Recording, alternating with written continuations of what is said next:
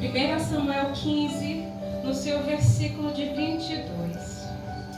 Glória a Deus. Amém? Amém. Porém Samuel disse: tem porventura o Senhor tanto prazer em holocaustos e sacrifícios, como em que se obedeça a palavra do Senhor? Eis que o obedecer é melhor do que o sacrificar, e o atender melhor é do que a gordura de carneiros. Porque a rebelião é como um pecado de feitiçaria, e o porfiar é como iniquidade e idolatria. Até aqui. Glória a Deus. Aleluias. Esse trecho ele passa a falando, dando referência quando Deus deu uma ordem para Saul, através do seu servo Samuel, para que ele destruísse o povo amalequita e que não deixasse nada. O rei Saul, ele foi à peleja, ganhou esta peleja e ele acabou pegando aquilo que era bom aos seus olhos, e aquilo desagradou ao Senhor. E aí o profeta Samuel veio e o repreendeu e o perguntou se porventura o Senhor teria mais prazer na obediência, ou se ele teria mais prazer no sacrifício do que na obediência. Eu vou convidar os irmãos que nós vamos dar uma passeada, tá? Glória a Deus. No seu capítulo 2, inicia, e fala: assim diz o Senhor dos Exércitos, eu recordei do que fez Amaleque a Israel, como se lhe opôs no caminho quando subia do Egito. Glória a Deus. Eu vou aqui, amados irmãos, no livro de Êxodo, para que os irmãos entendam essa passagem, por que que o Senhor se referia a isso e por que que esse pecado do rei Saul transgrediu tanto o coração de Deus. Glória a Deus. Que se encontra no livro de Êxodo, no seu capítulo 17, do versículo 14. Aleluias. Então disse o Senhor a Moisés: escreve isto para a memória no livro e relata aos ouvidos de Josué, que eu totalmente hei de riscar a memória de Amaleque de debaixo dos céus. E Moisés edificou um altar e chamou o seu nome: o Senhor é a minha bandeira. E disse: portanto jurou o Senhor, haverá guerra do Senhor contra Amaleque de geração em geração. Então já tinha sido dado uma ordenança lá atrás. O Senhor escreveu na memória. E aqui no texto fala que o Senhor lembrou, porque os amalequitas, ele se pôs no caminho do povo de Israel quando estava saindo do Egito. E Deus, quando Deus tem algo na nossa vida, quando Deus tem um trajeto no nosso caminho, aquele que vem para atrapalhar o caminhar de Deus, Deus ele não se esquece. Aleluias. Glória seja dado o teu santo nome. E ainda continuando no capítulo de Samuel, no seu versículo 3, vai pois agora e fere a Amaleque e destrói totalmente a tudo que tiver. Não lhe perdoes, porém matarás desde o homem até a mulher, desde os meninos até aos de peito, desde os bois até as ovelhas, e desde a casa, e desde camelos até jumentos. Glória a Deus. No 7, então feriu Saul aos amalequitas, desde Avilá até chegar a Sul, que está defronte do Egito. E como tomou vivo a Agaque, rei dos amalequitas, porém a todo o povo destruiu ao fio da espada. E Saul e o povo pouparam a Agaque e também o menor das ovelhas e das vacas. dos camelos, jumentos, cordeiros e do melhor que havia. Não os quiseram destruir totalmente, porém a toda coisa vil e desprezível destruíram totalmente. Então aqui nós já vimos que Deus deu a ordenança para que ele destruísse. Ele disse que destruísse a tudo, que não deixasse absolutamente nada. Deus foi muito claro com a ordenança que ele deu ao rei Saul. Porque muitas das vezes a gente fica questionando: poxa, eu já vi pecados maiores na Bíblia, mas o Senhor perdoou. E por que esse pecado de Saul Deus não perdoou? Por que Deus não perdoou? Poxa, ele só disse que era para matar todo mundo. Mas ele matou todo mundo, ele só deixou o rei. E no final da história ainda relata que Samuel fez aquilo que Saul não fez. Samuel matou ao rei Agag. Mas o que me chamou a atenção era que esse era como se fosse um mandamento do Senhor, que foi escrito lá atrás, outrora. Então o rei Saul, ele desobedeceu uma ordem própria, dita do próprio Deus. Ele não simplesmente se inclinou àquilo que os olhos dele achavam que deveria ser. Ele realmente errou, ele se negou a obedecer uma ordenança direta do próprio Deus. E quando nós nos rebelamos contra uma palavra, uma ordenança do nosso Senhor, isso é uma rebeldia, isso é uma rebelião. E para esse tipo de rebelião, a Bíblia ela vai nos relatar que não há perdão. Então, muitas das vezes, quando nós, na nossa vida, principalmente na nossa caminhada com Deus, o Senhor ele sempre nos instrui desde o início, desde o começo da nossa caminhada. Nós somos sempre direcionados, nós somos admoestados, nós somos alertados acerca do que é que nós devemos deixar para trás, do que é que nós devemos esquecer, do que é que nós devemos deixar de praticar. Mas ainda assim, ainda caminhamos e trazemos aquelas velhas bagagens conosco. Mas o Senhor, ele quer uma mudança por completo. O Senhor, ele já deu uma ordenança lá atrás, que ele nos quer por completo. Ele não nos quer pela metade, né? Glória a Deus. E ainda assim, dando continuação aqui no capítulo, no versículo 10, então veio a palavra do Senhor a Samuel dizendo: arrependo-me de haver posto como rei, Saul como rei, porquanto deixou de me seguir e não cumpriu as minhas palavras. Então Samuel se contristou e toda a noite clamou ao Senhor. No 13, veio pois Samuel a Saul, e Saul lhe disse: bendito sejas tu, Senhor, cumpri a palavra do Senhor. Então disse Samuel: que balido pôr de ovelhas é este que chega aos meus ouvidos, e o mugido de vacas que ouço? E disse Saul: de Amaleque as trouxeram, porque o povo poupou ao melhor das ovelhas e das vacas, para as oferecer ao Senhor teu Deus. O resto, porém, temos destruído totalmente. Então Samuel a Saul: espera, e te declararei o que o Senhor me disse esta noite. E ele disse: fala. E disse Samuel: porventura, sendo tu pequeno aos teus olhos, não fostes por cabeça das tribos de Israel? E o Senhor te ungiu rei sobre Israel. E enviou-te o Senhor a este caminho e disse: vai, destrói totalmente a estes pecadores, os amalequitas, e peleja contra eles até que os aniquiles. Aleluias! Porque pois não destes ouvidos à voz do Senhor, antes de lançastes ao despostos e fizestes o que aparecia mal aos olhos do Senhor. Então disse Saul a Samuel: antes dei ouvidos à voz do Senhor e caminhei no caminho pelo qual o Senhor me enviou, e trouxe a Agag, rei de Amaleque, mas os amalequitas destruí totalmente. Glória a Deus, aleluia. Muitas das vezes é assim.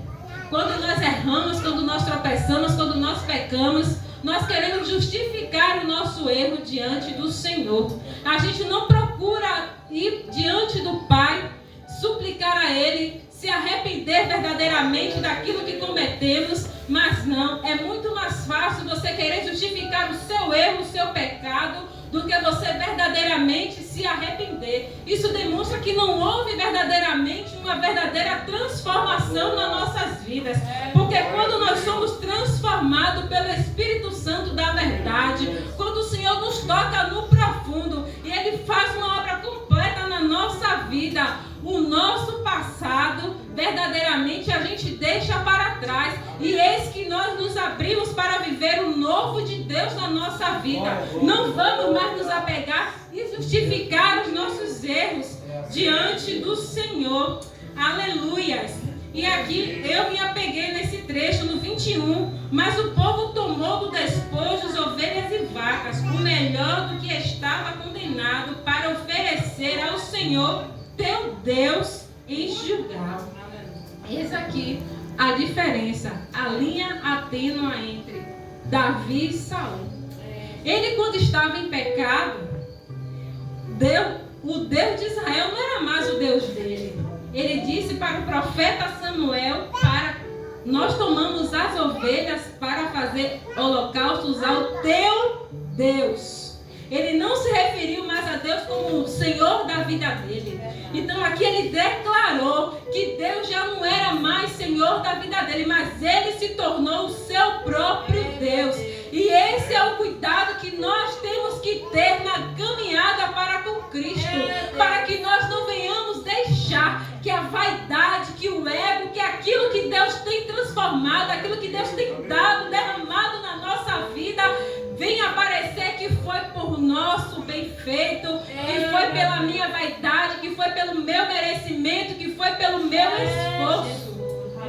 Glória então, a Deus, minhas amadas irmãs, meus amados irmãos, que nós venhamos verdadeiramente nos atentar, que nós venhamos estar verdadeiramente, constantemente em vigilância, porque a palavra fala que o adversário, ele anda ao nosso derredor, buscando uma brecha. Basta um único sentimentozinho, um grãozinhozinho de inveja daquilo que você gostaria de ter, daquilo que você não tem, daquilo quando o teu irmão ganha algo e você, ao invés de alegrar o coração pela vitória do seu irmão, você se entristece porque você não teve, porque você não ganhou. Como foi que ela conseguiu? Se eu oro tanto, jejuo tanto, estou aqui todos os dias e ela veio, e por que que eu não?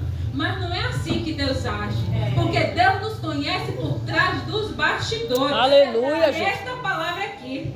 E aí chegando, né, no texto-chave que eu li, porém o Senhor disse: tem porventura o Senhor tanto prazer em holocaustos e sacrifícios, como que se obedeça a palavra do Senhor? Será que é tão difícil assim para nós obedecermos a palavra do Senhor? A palavra do Senhor, ela é inconfundível, ela é clara como água, ela é transparente. A palavra do Senhor, ela é de uma forma tão lúcida que ela é capaz de alcançar a qualquer um, independente do seu grau de escolaridade e de instrução. Mas o obedecer é como um relacionamento em um casamento entre um homem e uma mulher.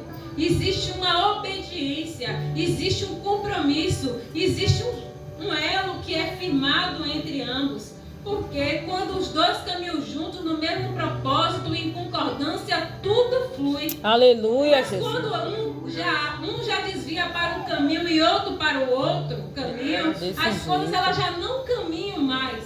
Verdade, meu Deus. Elas não têm mais aquela, como é que eu posso dizer assim, o final daquilo ali não vai ser bom. Porque a palavra fala que não pode andar dois juntos se ambos não tiverem concordância. Glória a Deus, Glória aleluia. a Deus. E eis que o obedecer é melhor do que o sacrifício, e o atender melhor do que a gordura dos carneiros. Quando nós obedecemos ao Senhor, com isso, a palavra não está dizendo que nós não devemos sacrificar ao Senhor nosso tempo, a nossa oração, o nosso jejum. Mas a palavra está falando que não adianta a gente ter horas de joelho. Não adianta nós sacrificarmos. Mas eu jejuo tanto. Eu jejuo tanto, mas na minha primeira oportunidade eu falo mal da minha irmã. Eu jejuo tanto, mas na primeira oportunidade eu calunio alguém. Eu dissemino uma história que eu não sei nem se é verdade. Desse jeito aí. Que seja verdade, a palavra fala que fala que é de Deus, sim, que o escândalo venha. É lícito que o escândalo venha. Mas ai daquele de onde vier o escândalo. É desse jeito aí. Então, minha amada igreja, que nós verdadeiramente estejamos alicerçados no Senhor. Aleluia. Porquanto tu rejeitas, e aqui continua, né? Porque a rebelião é como pecado de feitiçaria, e o porfiar é como iniquidade e idolatria. E aí eu perguntei assim, eu digo, Deus, pecado de feitiçaria. Por que pecado de feitiçaria? E aí eu, buscando da parte do Senhor, nós temos dois lados. Sempre temos dois caminhos para seguir. A Bíblia relata que existem dois caminhos e que existem dois senhores. O Senhor e o Pai das trevas. Se nós caminhamos com Cristo, se nós caminhamos com o Senhor em obediência à sua palavra, tudo aquilo que Ele tem ordenado, nós estamos no caminho de luz, nós estamos no caminho do Pai. Mas se nós somos desobedientes e caminhamos de contrário às ordenanças, nós estamos caminhando junto com os pais das trevas. E quando caminhamos junto com os pais das trevas, nós estamos nos assimilando assim como feiticeiros. Porque os feiticeiros, quando eles vão fazer a sua maldade, eles recorrem ao pai das trevas. Eles têm comunhão com o pai das trevas. A palavra fala que nós não podemos servir a dois senhores. Aleluia, nós temos que escolher de que lado é que nós estamos. Não existe meio termo. Uma hora eu sou luz, outra hora eu sou treva. É forte, Deus. Outra hora eu falo mal, uma hora eu caminho certo, outra hora fala aí, meu Deus, aleluia. Uma hora eu perdoo, outra hora eu não perdoo. Se nós não perdoarmos os nossos irmãos, se nós não perdoarmos aqueles que estão ao nosso derredor, seja no trabalho, na nossa casa, na nossa vizinhança, Deus não vai ter de compaixão das nossas vidas. Deus não vai ter prazer das nossas vidas. Porque Ele tem prazer, sim, quando nós somos obedientes, quando nós somos tementes a Ele, aleluia, quando somos cumpridores da sua palavra, da sua escritura. Glória a Deus. Glória a Deus. Eu falo assim que o porfiar quer dizer que é contender. Porque foi isso que Saul fez. Saul, ele contendeu com o profeta. Quando ele quis se explicar. E por final ele ainda disse que era para o Deus dele. Nós tiramos os melhores animais, mas Deus não pediu animal nenhum. Desde o início ele disse que matasse todos eles e que não deixasse que um sobrasse. Ele não deixou uma vírgula, nem um ponto. Ele não deixou vírgula, nem uma... Como é que se diz? Eu não sou boa em gramática, não. Mas aspas, né? Mas Deus deixou um ponto. Depois que ele falou, foi um ponto. Quando tem um ponto, não tem continuação. Acabou. O decreto dele foi dado. Aleluia. Glória a Deus. Aleluias. Aleluias, aleluias, aleluias. Muitas das vezes passamos pelas nossas lutas, pelas nossas adversidades e sempre perguntamos ao Senhor o porquê. O porquê disso, Senhor, o porquê daquilo. Isso não quer dizer nem sempre quando nós estamos passando pela luta, pela prova, não quer dizer que nós não estejamos dentro do querer e da vontade de Deus. Porque se não fosse assim, o servo do Senhor Jó não teria passado pelas lutas, pelas privações que ele passou. Ele passou por várias adversidades. Ele passou por várias calúnias. Mas o final, o que foi que Deus fez com Jó? Quando Jó resistiu a tudo aquilo ali que ele tinha passado. Ele resistiu àquele turbilhão de coisas, porque eu não conheço um ser humano na Bíblia que tenha passado por todas as coisas. Ele perdeu os filhos, ele perdeu a mulher, ele perdeu os bens, ele perdeu os amigos, se viu sozinho, sem ele nem beira. Ele já estava, eu acredito que desesperançoso. Ele já não tinha mais esperança de nada. A única coisa que Jó queria naquele momento era só morrer. E mais nada. Mas em momento algum eu vi Jó caluniando, falando mal de Deus. Ah, Deus, por que o Senhor não fez isso? Ah, Deus, olha para aqui como é que eu tô. Olha aí a minha família, todos morreram. Não.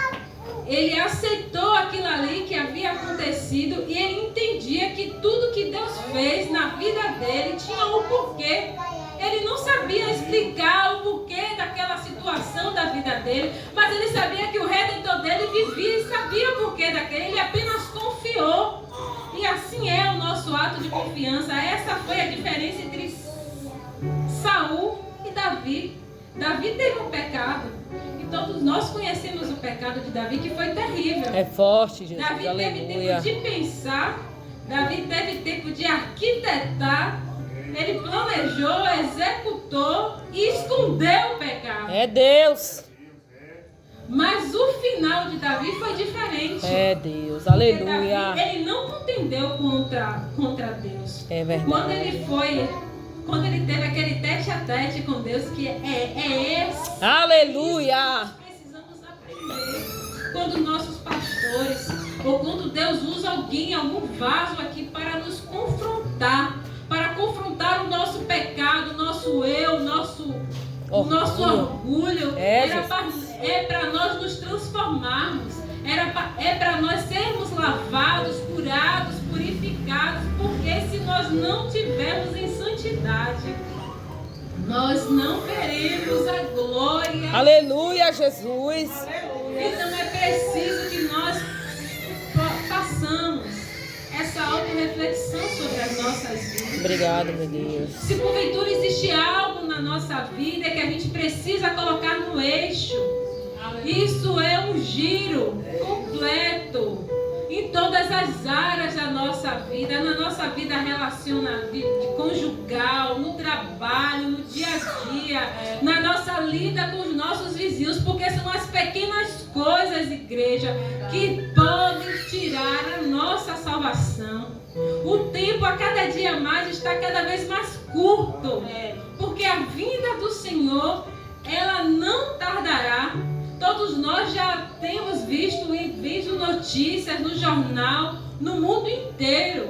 Não é aqui no Brasil, é no mundo inteiro. A terra grita e geme. E como é que nós estamos nos portando? Será que a gente realmente está procurando colocar a nossa casa em ordem?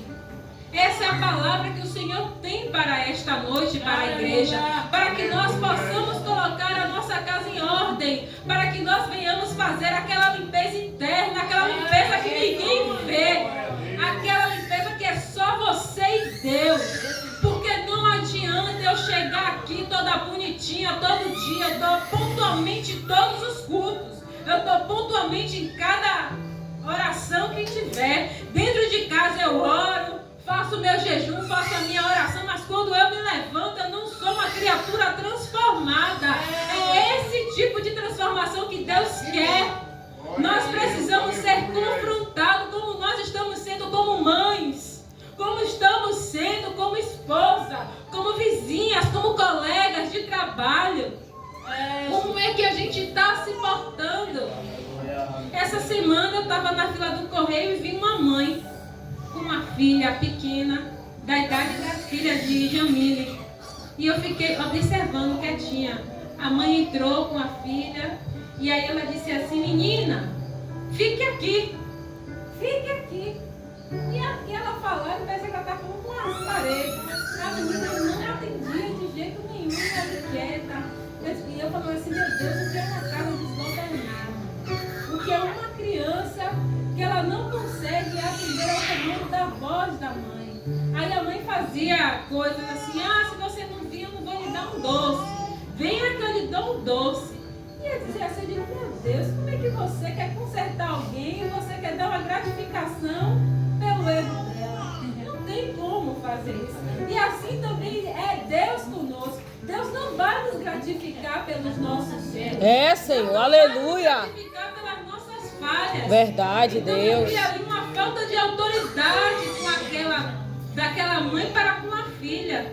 Imagine como será aquela criança quando crescer. Porque se os pais não têm domínio sobre aquela criança daquele tamanho, ela vai ter domínio com ela adulto? Como o pastor várias vezes já falou aqui, citou sobre uma árvore. Que quando o matinho está pequeno, é fácil você pegar ele da terra e puxar. Você puxa e tira. Mas quando uma árvore já cresce, que a raiz já está aprofundada, como é que você vai mudar? Você consegue com a sua mão arrancar aquela raiz daquela árvore? É forte, Deus, aleluia. É a nossa vida espiritual com Deus. Aquelas pequenas coisinhas que nós carregamos aqui dentro, aquelas pequenas inimizades que nós carregamos aqui é bobagem. É só fulano de tal. E aquilo ali, aquela raiz, ela vai se aprofundando cada vez mais. Porque uma brecha que você dá, uma brechinha que você dá, o adversário já tem espaço para entrar naquele espaço. E ele já vai se espalhando. Ele já entrou. Então ele está começando a conhecer o seu território, pegar as suas fraquezas, as suas limitações. É aquela irmã, daqui a pouco já vem outra. Daqui a pouco é o colega de trabalho. Daqui a pouco é dentro da igreja. E você já virou uma bola de neve. Quando vira aquela bola de neve, já entrou naquele estado do conformismo, em que você já está cego e você entende que você é a dona da razão. Você já não muda mais, que foi o que aconteceu aqui com Saul. Saul, ele começou pequeno, ele começou humilde. Tudo que Saul fazia, ele ia consultar o profeta antes de fazer. Ele era obediente, ele era temente ao Senhor, mas o orgulho, a vaidade, aquilo que Deus foi dando a ele foi crescendo, ele foi se tornando conhecido. Cada dia mais Saul, ele ia vencendo cada dia mais batalhas, mas não era ele que vencia, era quem estava com ele. Aleluia, meu Deus. Mas quando ele esqueceu o porquê que ele estava ali, qual era o real propósito dele estar naquele lugar, aleluia, já não era mais ele. Glória a Deus. E é esse cuidado que nós temos que ter. Aleluia. Não deixar a vaidade crescer. Continue. Deus vai fazer tudo ao seu tempo. A pastora falou que o pastor tem uma profissão e que ela tem outra. Que ela não pode interferir naquilo que o pastor faz. E o pastor também ele não pode interferir na profissão da irmã. Não sei se é confeiteira, mas enfim. Mas não pode, porque um não entende qual é a função do outro. A mesma coisa é a questão da autoridade. Essa palavra ela fala muito sobre a autoridade. Porque se a gente não tem obediência para com o nosso Deus, a gente vai ouvir pastor? A gente vai ouvir quem, pelo amor de Deus? Se quando Deus nos corrige, nos repreende, a gente continua insistindo, não vai ter cristão no mundo, pastor, presbítero, apóstolo, missionário que vai lhe convencer do contrário. Então, antes que seja tarde demais, arrepende-te. Aleluia. Volta às primeiras obras. Volta àquele que você era no começo. Daquele jeito aquebrantado que quando Deus falava com você, você chorava. Você sentia a presença e quando você chegava em casa, no seu particular, era você e ele, você se derramava, Senhor, eu não posso mais, eu não sei, eu errei. Eu não quero, mas por ti eu vou fazer. Aleluia. Eu tenho que engolir esse sapo, mas eu vou fazer. Eu vou ser a primeira, Jesus, a pedir perdão. Não fui eu que errei, não, mas eu vou pedir perdão. Isso vai nos transformando, isso vai nos lapidando. Você pedir perdão ao seu marido por algo que você disse não vai lhe diminuir. Ainda que ele esteja errado, isso não vai lhe diminuir. Eu aprendi que para a gente ganhar lá na frente, a gente tem que perder. É perdendo que a gente vai ganhando. Mas glória a Deus. A gente perde o nosso eu, a gente perde o nosso orgulho. E quanto mais você vai quebrando, mais perto do reino você se aproxima. Porque esse nosso caminhar aqui, a nossa trajetória nessa vida, é tão somente para nós chegarmos ao trono celeste. É para a vida espiritual. É para chegarmos na glória junto com o Pai. Não é para esta vida terrena. Isso não quer dizer que Deus não vai cuidar da nossa vida terrena, que Ele não vai suprir as nossas necessidades. Que Ele conhece, que Ele conhece, sim, que Ele se preocupa com aquilo que você precisa, que eu preciso. E as coisas vão acontecer. Às vezes nós andamos muito ansiosos, parece que queremos andar com a carroça na frente dos bois. Queremos inverter a situação. Esquece que é Deus que está no controle e é nós que queremos estar no controle. Aleluia! Mas quando a gente entra no controle das coisas, tudo dá errado. Verdade, Jesus. Então que nós venhamos a regredir para que o Senhor venha aparecer na nossa vida.